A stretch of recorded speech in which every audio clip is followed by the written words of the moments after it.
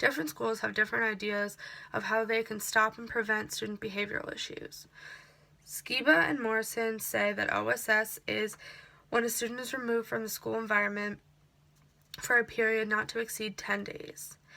ISS, or in-school suspension, is when a student is removed from the classroom and compelled to stay in an ISS center for anywhere from part of a day to several days in a row.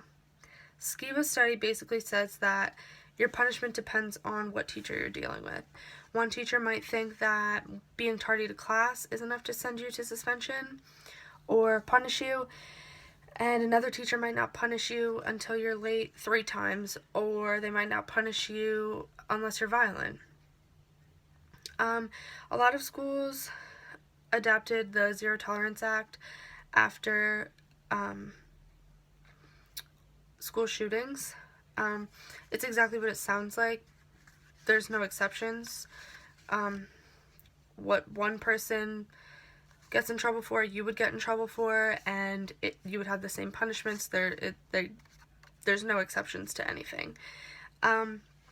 Vertigo says that the Zero Tolerance Act is inequitable because out-of-school suspension is given to more African American and Hispanic students than any other students.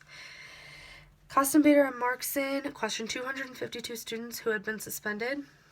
69% of these students said their suspension was of little use. 32% said that they'd see themselves being suspended again.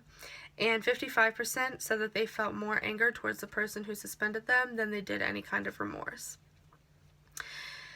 Derrida says that he feels out-of-school suspension blames solely the student. It pushes away the students that need more support from the school, and he thinks the schools need to evaluate whether or not they fulfilled all of their students' needs.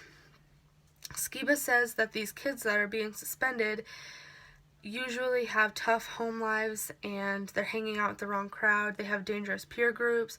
So he thinks that sending them home would just cause more problems instead of just keeping them at school.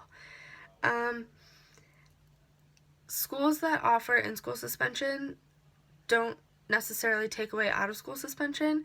It just means that out-of-school suspension will be used for more severe behavioral problems. In-school suspension at least keeps the kids in a school environment, whereas out-of-school suspension is often looked at as sort of a vacation.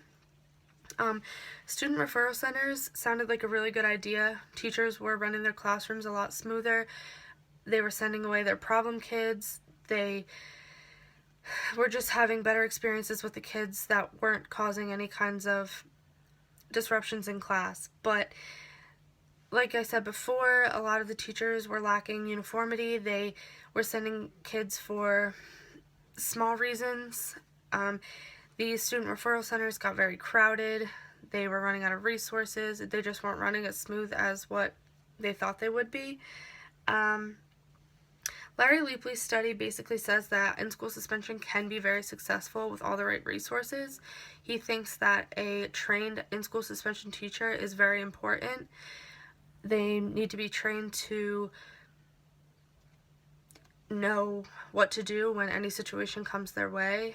And all in all, basically every school is different. It all depends on what kind of students you have and what kinds of punishments are going to fit your students' needs. Not that these students keep being sent back to suspensions or suspension rooms.